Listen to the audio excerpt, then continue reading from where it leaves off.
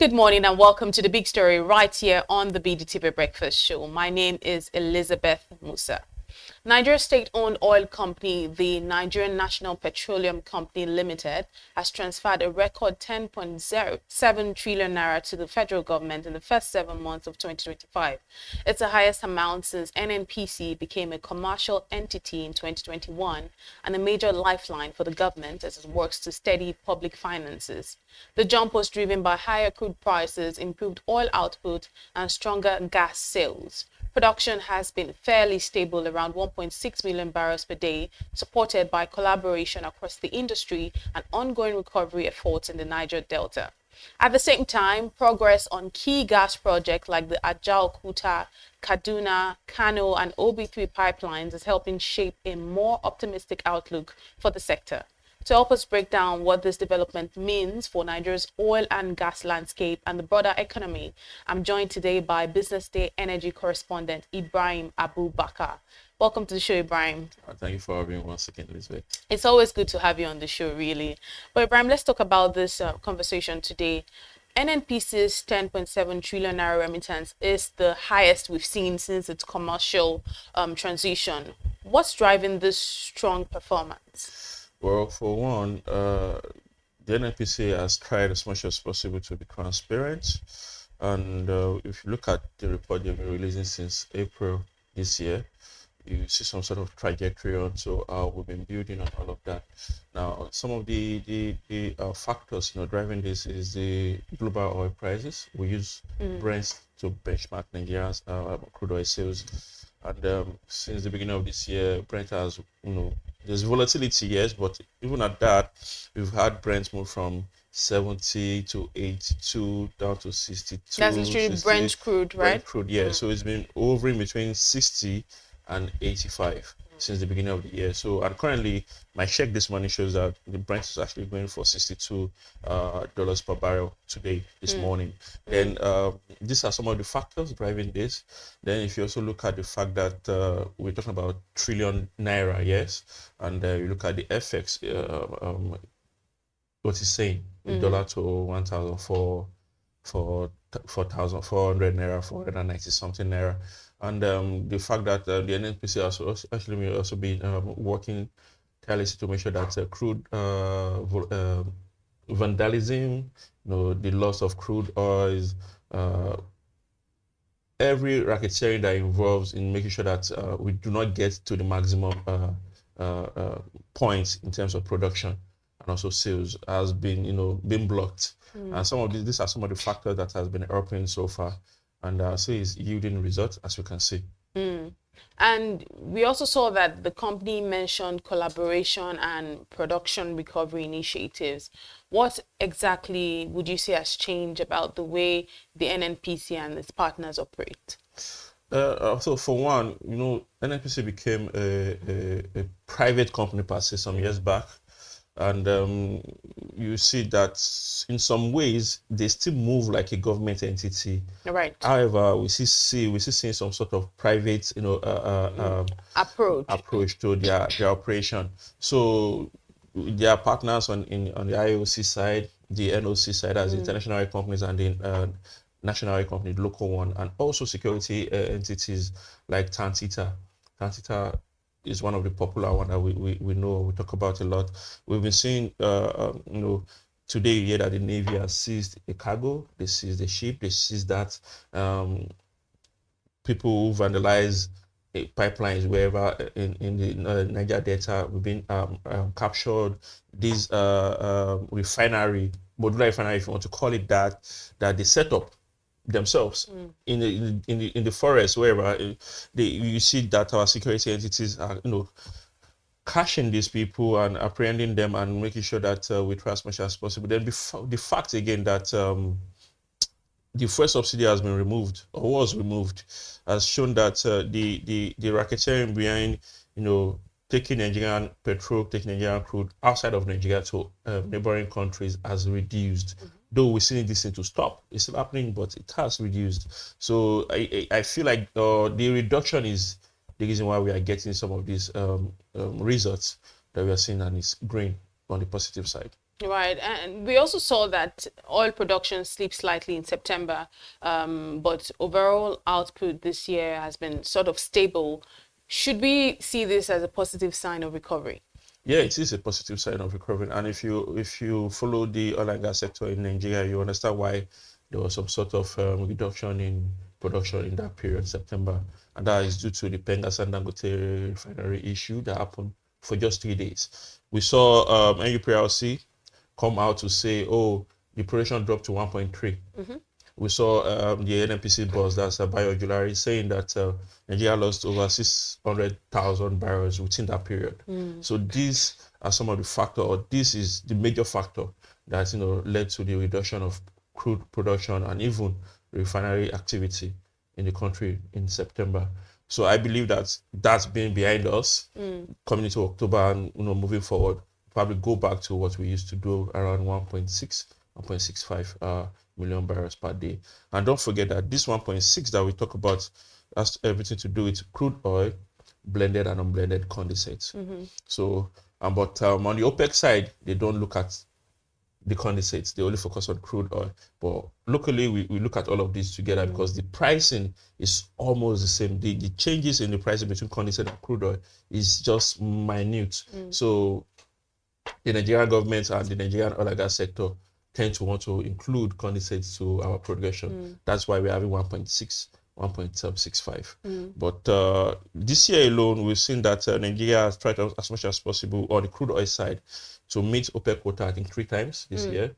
And the remaining months that we didn't meet up due to some issues around vandalism, maintenance, and also the industrial action that happened in September. So we're looking at how following, and we're looking at how the NNPC, the NUPRC, the NMDPRA, and all of the stakeholders involved will work together to make sure that Nigeria first, even before their individual interest. What would you say could be listed or stated to be maybe the reason why we were able to, you talked about us meeting our OPEC quota three times actually this year. So why would you say that happened? Because I think that for me, at the start of the year, I was talking about it. We were talking about meeting our OPEC quota and all of that. We're unsure. But just hearing you say today that we've been able to meet it thrice this year, why would you say that happened? Yeah, so some organizations are already coming up, especially the local ones, the NOCs, and some of the assets that they've bought into in terms of investment are now coming up.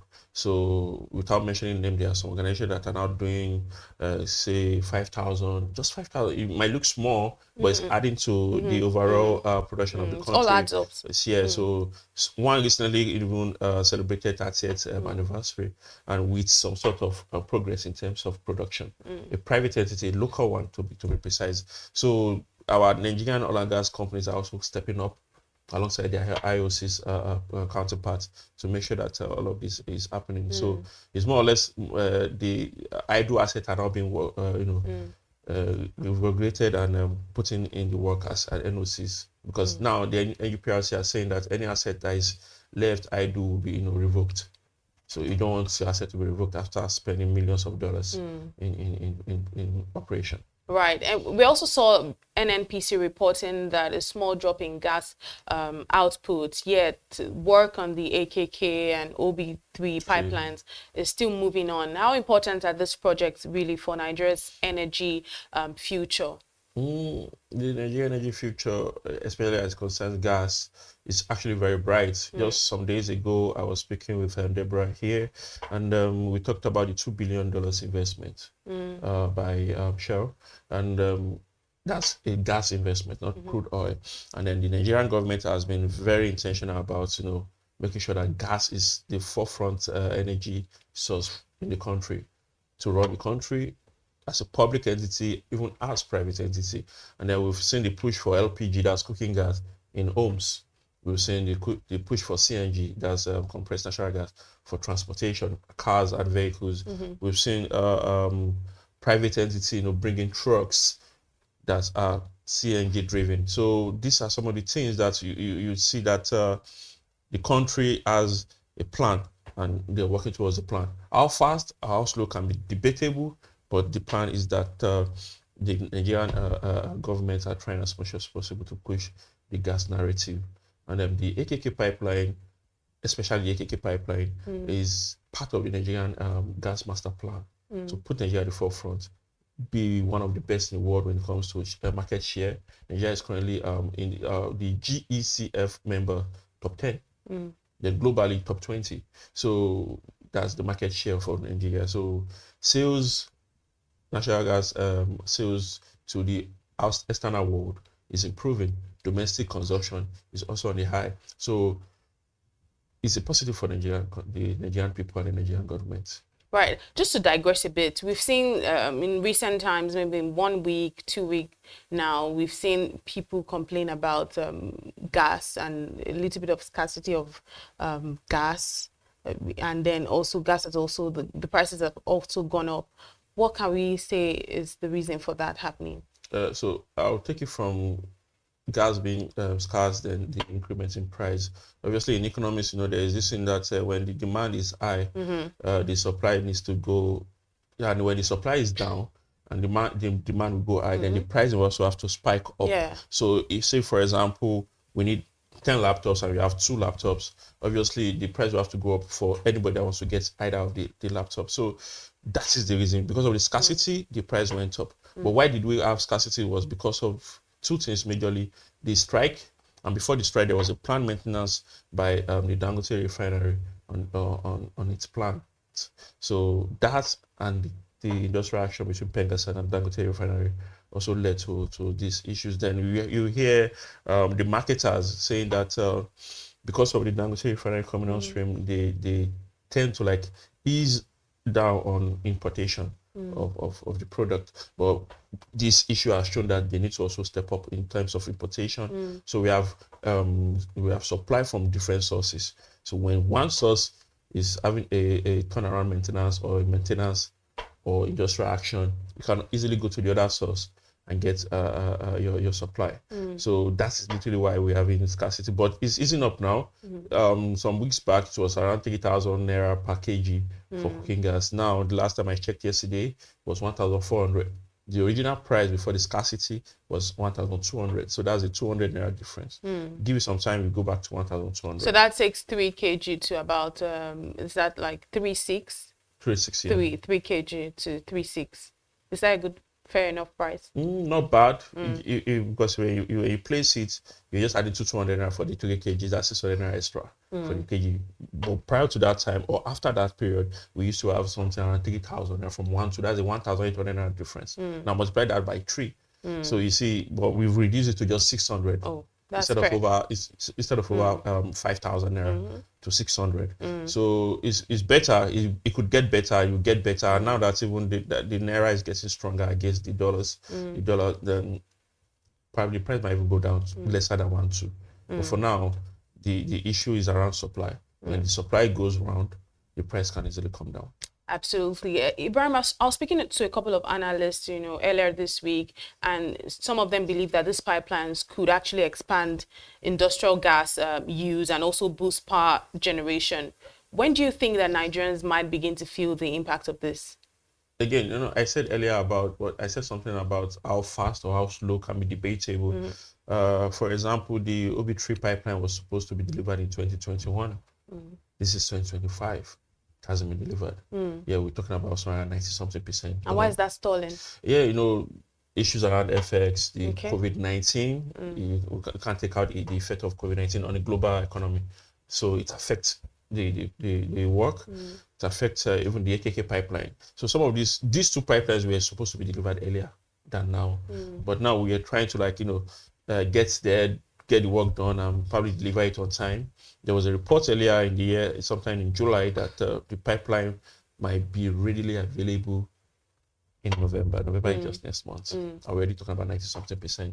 So hopefully we get that November deadline met, and then we start working around that. So the pipeline business per se is not where you just go and you get your products. It takes some time. For example, the $2 billion investment that was signed some days back, in the report, you saw where they say, at the end of this decade. at the end of this decade. So that's some years from now. Yes. However, the work is already ongoing. Ongoing, right. So exactly. So it's not where you just what's it called now? Pay and cash and carry. It's not that. It's cash, lot of processes, lots of works before you carry. So it takes some time, but I feel like we're already seeing it, especially now that we're now seeing investments in that sector, multiple investments in that sector. We'll be seeing it little by little.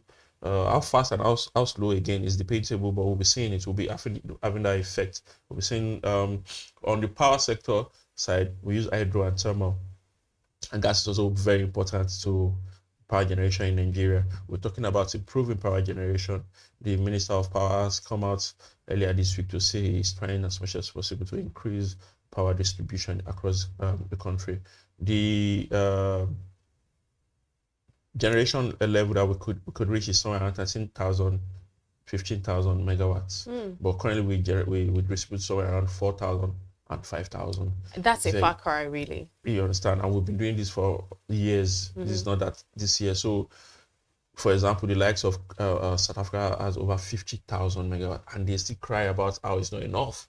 And they have somewhere around 60 to 70 million population. We're talking about a Nigeria that has 200 and something million population with 5,000 megawatts or less. So, again, gas is that resource that will help us, go further than what we're currently doing. Is just to be intentional about these things. The political will to want to get these things done. I feel like we talk a lot in this part of the world, or by this part of, I mean, Nigeria and Africa as a whole, especially West, East, and Central Africa.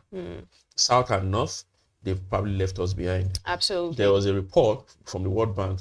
6 countries have gotten 100% electrification in their countries. Out of these 6, 4 from the north.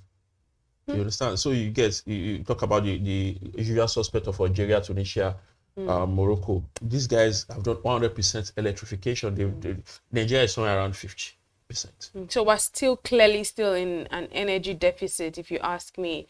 Ibrahim, just because we have to move in the interest of time, we've also seen an improvement in pipeline, uptime and fewer cases of vandalism.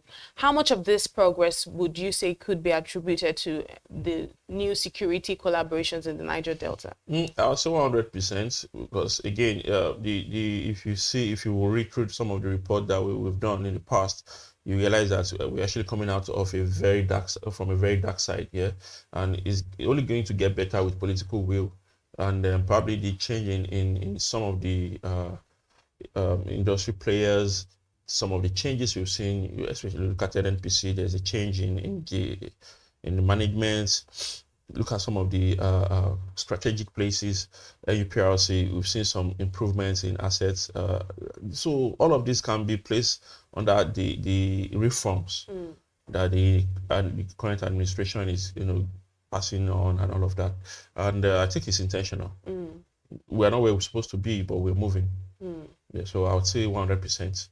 It's not me that is stopping the vandals. It's not me. It's not you. Right. So it's probably some of the deals they're signing, the security people they're bringing on, the Navy, Tantita again, that's a private entity on its own. And the Tantita deal, when it was announced, it was a 4 billion naira monthly deal. So you expect that a 4 billion naira monthly deal should be giving you some sort of positive. So I feel like that deal was signed sometime in August 2022, I think. So I feel like it's yielding result now. We'll really get better. I'm also seeing the world actually moving away from fossil fuels these days. How realistic is it to expect this level of performance from NNPC in the long term? Oh, very, very, very, very very realistic. Very realistic, because again, the agenda behind energy transition is not clear cut. I'll give you a scenario. America today has shrunk off some of the deals on offshore wind, renewable energy. If you ask Trump, he will tell you, I don't care about renewable energy. The same thing is going on currently in the UK, where the government are saying that what we're looking at now is how to make sure that our people get cheaper power supply. Renewable energy will not give us that. We saw a report earlier where Spain and I think Portugal had some blackouts because of renewable energy. So at the end of the day, Some of China has coal, as renewable energy, and they are still investing in all of this. So they are not doing, let's hold on coal and improve on renewable energy. No, they are going all out on all sources of energy, fossil fuel, coal, and even renewable. So I think it should be a mix of all of this. We should not be talking about how we need to reduce fossil fuel. For example, Africa as a continent contributes just 4% of the global carbon emission. Just 4%. The whole of Africa, that's 54 countries, I think. So you understand that we are not doing much when it comes to carbon emission in itself. However, we still need to tap into the direction of where the world is going. So renewable energy, fossil fuel have to go hand in hand. At the end of the day, what we talk about is Nigeria as a country needs is industrialization. And you cannot do that without energy deficit. Nigeria is one of the 3 countries that the country in Africa that has the less electrification assets by population. I think we're followed by Uganda and Tanzania. I think Uganda I'm sure of, Tanzania I'm not sure of. So the 3 countries in Africa, then when it comes to cooking, we have reports saying that over 100,000 people die yearly. By people, I mean women and kids from inhaling dirty sources of fuel, so charcoal, kerosene, those sources that are not clear enough, firewood. So we need to invest. We need to be intentional about these things. So it should be gas, crude oil, petrol, renewable, offshore wind, onshore wind, name it. So all the works, all basically. the works, exactly. So it should be one. So is that if you ask me, I'd say let's focus on fossil fuel like 60%. Okay. Then other sources of energy 40%. We have coal in Enugu State. We need to improve on all of that. So it shouldn't be a one size fits all. Wow, this is actually really insightful. But just before I let you go, my final question to you today will be, if NNPC remittances actually goes beyond 15 trillion naira by year end, as some of the analysts have suggested, what kind of difference will this make for Nigeria's economic and fiscal stability? Yeah, so for one, I feel like this level of remittance will curb some sort of loan that we take. When you're taking loans to offset some recurrent expenditure and all of that, this is another source. You necessarily don't have to go out there. So it's where the Nigerian economy generally, but more specifically the energy sector. And you agree with me that there will be no improvement, no tech advancement without energy. So we need light. We've interviewed people, we talked with people that will tell you, back when I was in Nigeria, I could literally do any work. But I moved to this country, the power supply was stable, I get my work done easily. It's also making sense in that regards that, okay, the network providers are also working perfectly. I could assure you, if you ask 10 Nigerians this morning, today, what their network provider are doing to them, they will tell you they won't kill me. Yeah. So power, energy is very, very important. Energy security first, industrialization follows. Then you see every other thing, every other sector opening up, SMEs, big entities, transnationals, multinationals, all of it. So energy is important. The remittance is important to the Nigerian economy. 15 trillion is not child play. Yeah, and I feel like these are one of the reasons why the subsidy was removed, so that we don't take this type of money and shock it back into paying for first subsidy. So and in the long run, we should see it like passing again. Political will is very important. Putting these remittances into the advancements of the country should be the utmost drive of the government officials in the country. Absolutely. Thank you so much, Ibrahim Abubakar, Business Day's energy correspondent. Thank you for joining us on The Big Story this morning. Thank you for having me once again. This has been The Big Story right here on the BDTV Breakfast Show. Up next is Social Listening. Do stay with us.